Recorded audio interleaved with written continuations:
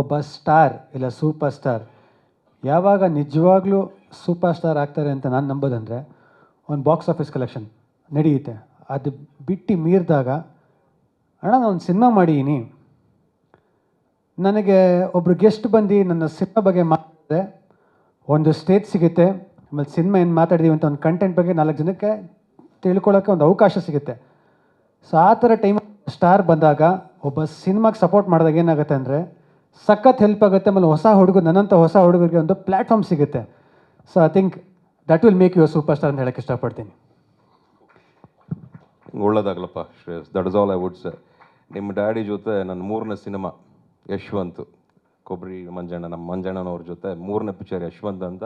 ಇವತ್ತಿಗೂ ಆ song super duper hit. ಅದು ಇವತ್ತಿಗೂ ಆ ಸಾಂಗ್ ಇಷ್ಟಪಡ್ತಾರೆ. ಅವ್ರ ಮನಸ್ಸು ಚೆನ್ನಾಗಿದೆ. ಯು ಆರ್ ಅ ಗುಡ್ ಗೈ. ಒಂದು ಒಳ್ಳೆ ಕಾಂಬಿನೇಷನ್ನು, ಒಳ್ಳೆ ಡೈರೆಕ್ಟರ್ ಸರ್ ಜೊತೆ ಒಳ್ಳೆ ಕೆಲಸ ಮಾಡಿದ್ದೀರಾ. And nice good pair. And I think the songs are great. ಎಲ್ಲ ಚೆನ್ನಾಗಿರುತ್ತೆ, ಒಳ್ಳೇದಾಗುತ್ತೆ. ಪಾಸಿಟಿವ್ ಆಗಿರುಚಿನ, ಒಳ್ಳೇದಾಗಲಿ. ನಾನು ಈ ಲೈಫಲ್ಲಿ ಸೋತರು ಗೆಲ್ಲೋಕ್ಕೋಸ್ಕರ ಅಡ್ಡದಾರಿ ಹಿಡಿಯಲ್ಲ ಅನ್ನೋ ತೃಪ್ತಿ ಸದಾ ಕಾಲ ಈ ನನ್ನ ಮೀಸೆ ತುದಿ ಮೇಲೆ ನಾಗ್ತಾ ಇರುತ್ತೆ ಸರ್. ಎದ್ರು ಸರಿ ಬಿದ್ದರೂ ಸರಿ ಎತ್ತೋ ಕಾಲನ್ನು, ಸೋತ್ರು ಸರಿ ಗೆದ್ರು ಸರಿ ತಿರುಗಿಸೋ ಮೀಸೆನ ಅಂತ ಒಂದು ಡೈಲಾಗ್ ಯಾವಾಗಲೂ ನಾಪ್ಕ ಬರುತ್ತೆ ನನಗೆ. ಸೊ ವಿಷ್ಣುಪ್ರಿಯಾಗಿ ಮತ್ತೆ ಬರೋದಾಗಿದ್ರೆ ನಾನು ಒಬ್ಬರು ನಿಲ್ಲಿ ನಾನು ವೇದಿಕೆ ಮೇಲೆ ಜೊತೆಗೆ ನನ್ನ ಸಪ್ತಮಿ ಗೌಡ, ನನ್ನ ಫ್ರೆಂಡ್ ಪಾಪ ಕೇಳಿದ ತಕ್ಷಣ ನಾನು ಫೋನ್ ಮಾಡಿ ಹೇಳಿದೆ ಹಿಂಗೆ ಬರಬೇಕು ಅಂತ. ಸೊ ಬಂದು thank you, that's very sweet of you to come. ಜೊತೆಗೆ ನಮ್ಮ ಕವಿಗಳು. ಸೊ ಈ ಸಿನಿಮಾದಲ್ಲಿ ಯಾವುದೋ ಹಾಡು ಬಂದಿಲ್ಲ ಅಂದರೆ ನಾನು ಏನಕ್ಕೆ ಕವಿಗಳು ಬರಬೇಕು ಅಂದರೆ ಅದ್ಭುತವಾದ ಹಾಡುಗಳನ್ನ ಕನ್ನಡ ಫಿಲಮ್ ಇಂಡಸ್ಟ್ರಿ ಕೊಟ್ಟಿದ್ದಾರೆ ಕವಿಗಳು. Fantastic songs. ಸೊ ಒಬ್ಬ ಅಂಥ ಅಮೇಝಿಂಗ್ ಲಿರಿಕ್ ರೈಟ್ರು ಬಂದು ನಮ್ಮ ಸಾಂಗ್ ನೋಡಿದಾಗ ಅವ್ರಿಗೊಂದು ಫೀಲ್ ಏನಿರುತ್ತೆ ಅದನ್ನು ಹೇಳಿದಾಗ I think it is very good. So thank you ಕವಿಗಳು ಬಂದಿರೋಕ್ಕೆ. ಜೊತೆದಾಗಿ ಇಲ್ಲಿ ನನ್ನ ಸ್ನೇಹಿತರು ಚಂದ್ರಣ್ಣ ಹಾಗೂ ಹೇಮಂತ್ ಅವ್ರು ಬಂದಿದ್ದಾರೆ. ಯಾವಾಗಲೂ ನನಗೆ ಸಿನಿಮಾ ಬಿಟ್ಟು ಆಫ್ಲೈನ್ ಏನಾರ ಮಾಡೋದಿನ್ನು ನಾನು ನಿಮ್ಮ ಜೊತೆಗೆ ಇರ್ತೀನಿ ಅಂತ ಹೇಳೋ ಅಂತ ನನಗೆ ಅಣ್ಣನ ಸ್ಥಾನದಲ್ಲಿ ನಿಂತಿರೋ ಅಂಥ ನನ್ನ ಬ್ರದರ್ಸ್ಗೆ ಥ್ಯಾಂಕ್ ಯು ಹೇಳೋಕ್ಕೆ ಇಷ್ಟಪಡ್ತೀನಿ. ಈ ಸ್ಟೇಜ್ ನಾನು ನಿಜವಾಗ್ಲೂ ಒಂದು ನಂಬ್ತೀನಿ, ಯಾವಾಗ್ಲೂ 6 ವರ್ಷಕ್ಕೆ 2 ಸಿನಿಮಾ ಮಾಡಿರೋದು ನಾನು. ಈ ಏಪ್ರಿಲ್ ಬಂದು 6 ವರ್ಷ 2 ಸಿನಿಮಾ ಮಾಡಿರೋದು. ಆದರೂ ನಾನು ಯಾವತ್ತೂ ನನ್ನ ಸಿನಿಮಾ ಬಿಟ್ಟು ಜನ ಕಾಸು ಕೊಟ್ಟು ಕರೆಸಿ ಜೈ ಅನ್ಸ್ದವನಲ್ಲ, ಇಲ್ಲಾಂದರೆ ಪಬ್ಲಿಸಿಟಿಗೋಸ್ಕರ ಯಾರ ಜೊತೆ ಇದ್ದು ಹೆಸರು ಮಾಡ್ಕೋಬೇಕು ಅಂತ ಇಂಟೆನ್ಷನ್ ಇರೋ ಹುಡುಗ ಅಂತೂ ಅಲ್ಲ. ನಾನು ಯಾರ ಹತ್ರ ಹೋದರೂ ಅದನ್ನು ನನ್ನ ಮನಸ್ಸಾಕ್ಷಿಗೆ ಹೋಗೋದು, ಅಲ್ಲಿ ರಿಯಲ್ ಆಗಿ ಇರೋದು. ಯಾರನ್ನ ಇಂಪ್ರೆಸ್ ಮಾಡೋಕ್ಕೆ ನಾನು ಬಗ್ಗೋದು ಇಲ್ಲ, ಫೇಕ್ ಆಗಿರೋದು ಇಲ್ಲ. ಯಾಕಂದ್ರೆ ನಾನು ನಂಬೋದು ಒಂದೇ, ನನಗೆ ಗೆಲುವು ಸಿಗೋದು ಸರಸ್ವತಿಯಿಂದ ಒಂದೇ ಅಷ್ಟೇ. ಸರಸ್ವತಿಗೋಸ್ಕರ ನಾನು ಎಷ್ಟಾರು ಬಗ್ ರೆಡಿ ಇದ್ದೀನಿ. ಒಬ್ಬ ಡೈರೆಕ್ಟ್ರಿಗೋಸ್ಕರ, ಒಬ್ಬ ಟೆಕ್ನಿಷಿಯನ್ಗೋಸ್ಕರ, ಒಬ್ಬ ಕೊರಿಯೋಗ್ರಾಫರ್ಗೋಸ್ಕರ ಅವ್ರು ಏನು ಹೇಳಿದ್ರು ನಾನು ಮಾಡೋಕ್ಕೆ ರೆಡಿ ಇದ್ದೀನಿ. ಅವ್ರಿಗೋಸ್ಕರ ಎಷ್ಟೇ ಆದರೂ ಬಗ್ಗಕ್ಕೆ ರೆಡಿ ಇದ್ದೀನಿ. ಅದು ಬಿಟ್ಟರೆ ಸಿನಿಮಾಗೆ ಬಿಟ್ಟರೆ ಬೇರೆ ಯಾವುದಕ್ಕೂ ನಾನು ಬಗ್ಗಲ್ಲ. ಸೊ ಇಲ್ಲಿ ನನಗೆ ನಿಂತಿರೋ ಪ್ಲ್ಯಾಟ್ಫಾರ್ಮ್ಗೆ ರಮೇಶ್ ರೆಡ್ಡಿ ಸರ್ಗೆ ನಾನು ನಿಜವಾಗ್ಲೂ ಥ್ಯಾಂಕ್ ಹೇಳೋಕ್ಕೆ ಇಷ್ಟಪಡ್ತೀನಿ. ಯಾಕಂದರೆ 6 ವರ್ಷ ಇವತ್ತಿಗೂ ಎಲ್ಲೇ ಊರಿಗೆ ಹೋದ್ರು ಪಡ್ಡೆ ಹುಲಿ ಅಂತ ನನ್ನ ಕರೀತಾರೆ. ಆ ಪಡ್ಡೆ ಹುಲಿಯನ್ನು ಪ್ಲ್ಯಾಟ್ಫಾರ್ಮ್ ಹಾಕೊಟ್ಟಿದ್ದ ಪ್ರೊಡ್ಯೂಸರ್ ನಮ್ಮ ರಮೇಶ್ ರೆಡ್ಡಿ ಅವರು. ಬಹುಶಃ ನನ್ನ ತಂದೆ ನನ್ನ ಫಸ್ಟ್ ಸಿನಿಮಾ ಮಾಡಿದ್ರು, ರಮೇಶ್ ಅಣ್ಣ ಅವರಷ್ಟು ದೊಡ್ಡದಾಗಿ ಆ ಸಿನಿಮಾ ಮಾಡೋಕ್ಕೆ ಸಾಧ್ಯನೇ ಅಂತೀನಿ. ಅದು ನಮ್ಮ ತಂದೆಯವರು ಹೇಳ್ತಾರೆ, ನಿಮ್ಮ ಪ್ರೊಡ್ಯೂಸರ್ ಸೂಪರ್ ಅಂತ. ಸೊ ನನಗೆ ನಮ್ಮ ಸೂರಜ್ ಪ್ರೊಡಕ್ಷನ್ಸ್ ನನ್ನ ಹೋಮ್ ಪ್ರೊಡಕ್ಷನ್ ಇದ್ದಂಗೆ. So thank you, and always grateful for that. ಜೊತೆದಾಗೆ ವಿಷ್ಣುಪ್ರಿಯಾಗಿ ಬಂದರೆ ಪಡ್ಡೆ ಹುಲಿ ಆದಮೇಲೆ ಎಲ್ಲರೂ ಒಂದಷ್ಟು ಜನ ಹೇಳಿದ್ರು ಕಂಟೆಂಟ್ ಓರಿಯೆಂಟೆಡ್ ಸಿನಿಮಾ ಮಾಡಿ, ಯಾಕಂದರೆ ಅವಾಗ ಕನ್ನಡ ಇಂಡಸ್ಟ್ರಿಯಲ್ಲಿ ಸ್ಟಾರ್ಟ್ ಆಗಿತ್ತು, ಕಂಟೆಂಟ್ ಓರಿಯೆಂಟೆಡ್ ಮಾಡಿ, ರೆಗ್ಯುಲರ್ ಕಮರ್ಷಿಯಲ್ ಬೇಡ ಅಂತ. ಸೊ ವಿ ಕೆ ಪ್ರಕಾಶ್ ಸರ್ನ ಮೀಟ್ ಮಾಡಿದೆ. ವಿ ಕೆ ಪ್ರಕಾಶ್ ಸರ್ ಸಿಕ್ಬಿಟ್ಟು ಒಂದು ಸತಿ ಹೇಳಿದ್ರು, you are doing commercial movies because I come from a land of Malayalam cinema. What kind of movies are you making ಅಂದರು. What kinda? ಚೆನ್ನಾಗಿದ್ದ ಒಂದು ಜನ ಚೆನ್ನಾಗಿರೋ ಸಿನಿಮಾ ಮಾಡ್ತಾಯಿದ್ದೀನಿ ಅಂತ ಹೇಳ್ತಾರೆ. ಇವ್ರು ನೋಡಿದ್ರೆ ಏನು ಈ ಥರ ಹೇಳ್ತಾರೆ. ನಾನು ಅಂದ್ಕೊಂಡೆ, ಮರೆ ಯಾರೇ ನನಗೇನೇ ಹೇಳಿದ್ರು ನಾನು ಅದನ್ನು ನೆಗೆಟಿವ್ ಆಗಿ ತೊಗೊಳ್ಳಲ್ಲ. ಚೆನ್ನಾಗಿಲ್ಲ ಅಂದರೆ ಏನಕ್ಕೆ ಚೆನ್ನಾಗಿಲ್ಲ ಅಂತ ಕೇಳ್ತೀನಿ, because I would like to learn, I would like to correct myself. He said ನೀನು ಮಾಡ್ತಾ ಇರೋದು ಆ್ಯಕ್ಟಿಂಗ್ ಅಲ್ಲ. ಓಕೆ ಸರ್, ನೀವು ಹೇಳಿ ಸರ್ ಏನು ಮಾಡಬೇಕು ಅಂತ ಹೇಳಿದೆ. ಸೊ ಅವರು ವಿಷ್ಣುಪ್ರಿಯಾದ ಒಂದು ಕ್ಯಾರೆಕ್ಟರ್ ಹೇಳಿದರು. ನಾನು ರಿಹರ್ಸಲ್ಸ್ ಮಾಡಲ್ಲ, ಇನ್ನು ಕ್ಯಾರೆಕ್ಟರ್ ಮಾತ್ರ ಅರ್ಥ ಮಾಡ್ಕೊಂಡು ಒಂದಷ್ಟು ವರ್ಕ್ಶಾಪ್ ಮಾಡಿದ್ದೀನಿ ನಾನು, ಪ್ರಿಯಾ ಅವರೆಲ್ಲ. ಸೊ ಅದಷ್ಟು ಪರ್ಫಾರ್ಮ್ ಮಾಡೋ ಮೇಲೆ is a very good director. ಅವರು 2 ಸತಿ ನ್ಯಾಷನಲ್ ಅವಾರ್ಡ್ ಗೆದ್ದಿರೋ ಡೈರೆಕ್ಟರು. ತುಂಬ ಇಂಡಿಯಾಲಿ ಅದ್ಭುತವಾಗಿರೋ ಆ್ಯಕ್ಟರ್ಸ್, ಅಂದರೆ ಕ್ರಿಟಿಕಲಿ ಗೆದ್ದಿರೋ ಆ್ಯಕ್ಟರ್ಸ್ ಜೊತೆ ಕೆಲಸ ಮಾಡಿದಂಥ ಡೈರೆಕ್ಟರು. ಸೊ ಜೊತೆ ಮಾಡಿದಾಗ ಪರ್ಫಾರ್ಮೆನ್ಸ್ ಹಿಂಗೆ ಬೇಕು, ಇದೇ ಥರ ಬೇಕು ಅಂದಾಗ ಬರೀ ಪರ್ಫಾರ್ಮೆನ್ಸ್ ಮೇಲೆ ಫೋಕಸ್ ಮಾಡಿರೋಂಥ ಸಿನಿಮಾ ವಿಷ್ಣುಪ್ರಿಯ.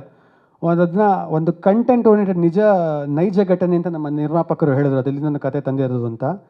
ಸೊ ಆ ಕತೆಗೆ ಒಂದು ಸಖತ್ ಇಂಟೆನ್ಸ್ ಲವ್ ಸ್ಟೋರಿನೇ ವಿಷ್ಣುಪ್ರಿಯ. ಜೊತೆಗೆ ಪ್ರಿಯಾ ವಾರಿಯವರು ಮೊದಲನೇದಾಗಿ ಫಸ್ಟ್ ಟೈಮ್ ಕನ್ನಡದಲ್ಲಿ ಆ್ಯಕ್ಟ್ ಮಾಡಿದ್ದಾರೆ. So welcome to the Kannada film industry Priya.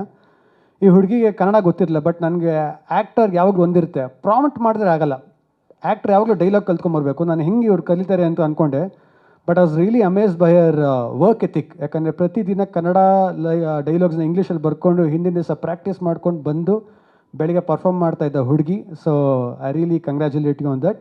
ಜೊತೆಗೆ ನಮ್ಮ ಟೆಕ್ನಿಷಿಯನ್ ವಿನೋದ್ ಭಾರತಿ ಅವರು DOP ತುಂಬ ಅದ್ಭುತವಾಗಿ ತೋರಿಸಿದ್ರು. ಯಾಕಂದರೆ ನನಗೆ ಫಸ್ಟು ವಿನೋದ್ ಭಾರತಿ ಅವರು ಅಂದಾಗ ನನಗೆ ಟೆನ್ಷನ್ ಇತ್ತು, ನಾನೊಬ್ಬ ಹೊಸ ಹುಡುಗಾರು, ನಂಗೆ ಟೆನ್ಷನ್ ಇತ್ತು. ಯೂಶ್ವಲಿ ಟೆನ್ಷನ್ ಇದ್ದೇ ಇರುತ್ತೆ ಆ್ಯಕ್ಟ್ರಿಗೆ, ಓಕೆನಾ ಅಂತ. ಸರ್ ನಿಮ್ಗೆ ನಾನು ಬೇರೆ ಥರ ತೋರಿಸ್ತೀನಿ ಅಂತ ಹೇಳಿದ್ರು. ನಾನು ನಿಜವಾಗೂ ಸಿನಿಮಾದಲ್ಲಿ ತುಂಬ ಮುದ್ದಾಗಿ ನನ್ನ ತೋರಿಸಿದ್ರು. Thank you Vinod sir. ಜೊತೆಗೆ ಗೋಪಿ ಸುಂದರ್ ಅವರು ಅದ್ಭುತವಾಗಿರೋ ಮ್ಯೂಸಿಕ್ ಮಾಡಿಕೊಟ್ಟಿದ್ದಾರೆ. ಬ್ಯಾಕ್ಗ್ರೌಂಡ್ ಸ್ಕೋರ್ ಅಂತೂ ತುಂಬ ತುಂಬ ತುಂಬ ಚೆನ್ನಾಗಿದೆ, BGM. So thank you for the whole team. ಹಾಗೆ ಜೊತೆಗೆ ನನಗೆ ನಾನು ನಂಬಿ ಒಂದು ಆಪರ್ಚುನಿಟಿ ಕೊಟ್ಟು ಒಂದು ಸಿನಿಮಾ ಮಾಡಿದ್ದ ಪ್ರೊಡ್ಯೂಸರ್ ನಮ್ಮ ಅಪ್ಪ ಕೆ ಮಂಜು ಅವ್ರಿಗೆ ನಾನು ದೇವರೇ ಥ್ಯಾಂಕ್ ಯು ಹೇಳೋಕ್ಕೆ ಇಷ್ಟಪಡ್ತೀನಿ. ಯಾಕಂದರೆ ನಮ್ಮ ಅಪ್ಪ ಆದ್ರೂ ಅವರು ಒಂದು ಸ್ವಲ್ಪ ಸಿನಿಮಾ ವಿಷಯಕ್ಕೆ ಬಂದರೆ ಇಬ್ಬರು ಕಮರ್ಷಿಯಲ್, ಅವ್ರಿಗೂ ಇಂಟ್ರೆಸ್ಟೆಡ್ ಇದ್ದರೆ ಮಾತ್ರ ಮಾಡ್ತಾರೆ. ಆಮೇಲೆ working with K Manju sir, ನಾನು ನಮ್ಮ ತಂದೆ ಅಂತ ಹೇಳ್ತಲ್ಲ, he is not a small man, he is a legend. ದೇವ್ರೇ ನಾನು ನಂಬ್ತೀನಿ. ಏನಕ್ಕೆ ಅಂತ ಹೇಳಿದ್ರೆ ಸ್ಟಾರ್ಟಿಂಗಲ್ಲೆಲ್ಲ ಈಸಿಯಾಗಿ ತೊಗೊಬಿಡ್ತೀವಿ ನಾವು ಸಿನಿಮಾದಲ್ಲಿ, ಬಂತಪ್ಪ ಸಿಕ್ತಪ್ಪ ಅಂತ. ಒಬ್ಬ ಮನುಷ್ಯ ಆಟೋ ಡ್ರೈವರ್ ಆಗಿ ಬಂದಿದ್ದ ಮನುಷ್ಯ 48 ಸಿನಿಮಾ ಮಾಡಿ ಡಾಕ್ಟ್ರೇಟ್ ತೊಗೋತಾರೆ, ಅದು ಸುಲಭ ಅಲ್ಲ. ಸೊ ಕಲಿಯೋದು ಎಷ್ಟೊಂದು ಸಿಗುತ್ತೆ. ಮುಂಚೆ ಅನ್ಕೋತೀವಿ ಏನಪ್ಪ ಬೈತಾರೆ ಇವರು ಅಂತ. ಯಾರ ಜೊತೆ ಕೆಲಸ ಮಾಡೋದು, ನಮ್ಮ ಬಾಸ್ ವಿಷ್ಣು ಸರ್ ಜೊತೆ ಮಾಡಿದ್ದಾರೆ, ಕಮಲ್ ಹಾಸನ್ ಅವ್ರ ಜೊತೆ ಮಾಡಿದ್ದಾರೆ, ಕನ್ನಡ ಇಂಡಸ್ಟ್ರಿ ತಂದಿದ್ದಾರೆ, ಮಮ್ಮೂಟಿ ಅವ್ರ ಜೊತೆ ಮಾಡಿದ್ದಾರೆ, AR ಕರ್ಕೊಂಡ್ಬಂದಿದ್ದಾರೆ. He is not a small producer, he is a very big producer. 2019 ಇನ್ನೂ ನಾಲ್ಕು ಇದೆ, ಒಂದು ಸತಿ ಹಾರ್ಟ್ ಸರ್ಜರಿ ಆಗಾಮೇಲೆ ನಾವು ಹೇಳಿದೆ, ದಯವಿಟ್ಟು ಸಿನಿಮಾ ಸ್ವಲ್ಪ ಕಡಿಮೆ ಮಾಡಿ, ಅಚೀವ್ ಮಾಡಿದರೆ ಬಿಡಿ ಅಂತ.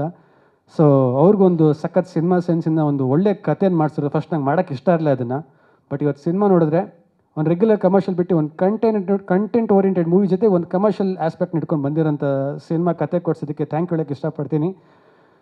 ಜೊತೆಯಾಗಿ ಒಂದೇ ಹೇಳೋಕ್ಕೆ ಇಷ್ಟಪಡೋದಂದರೆ ಪ್ರತಿಯೊಬ್ಬ ಹುಡುಗರು ಕನ್ನಡ ಇಂಡಸ್ಟ್ರಿಯಲ್ಲಿ ಇವತ್ತು ಹೊಸಬ್ರು ಒಳ್ಳೊಳ್ಳೆ ಸಿನಿಮಾಗಳನ್ನ ಮಾಡಿ ಮುಂದೆ ಬರೋಕ್ಕೆ ಪ್ರಯತ್ನ ಪಡ್ತಾ ಇದ್ದೀವಿ.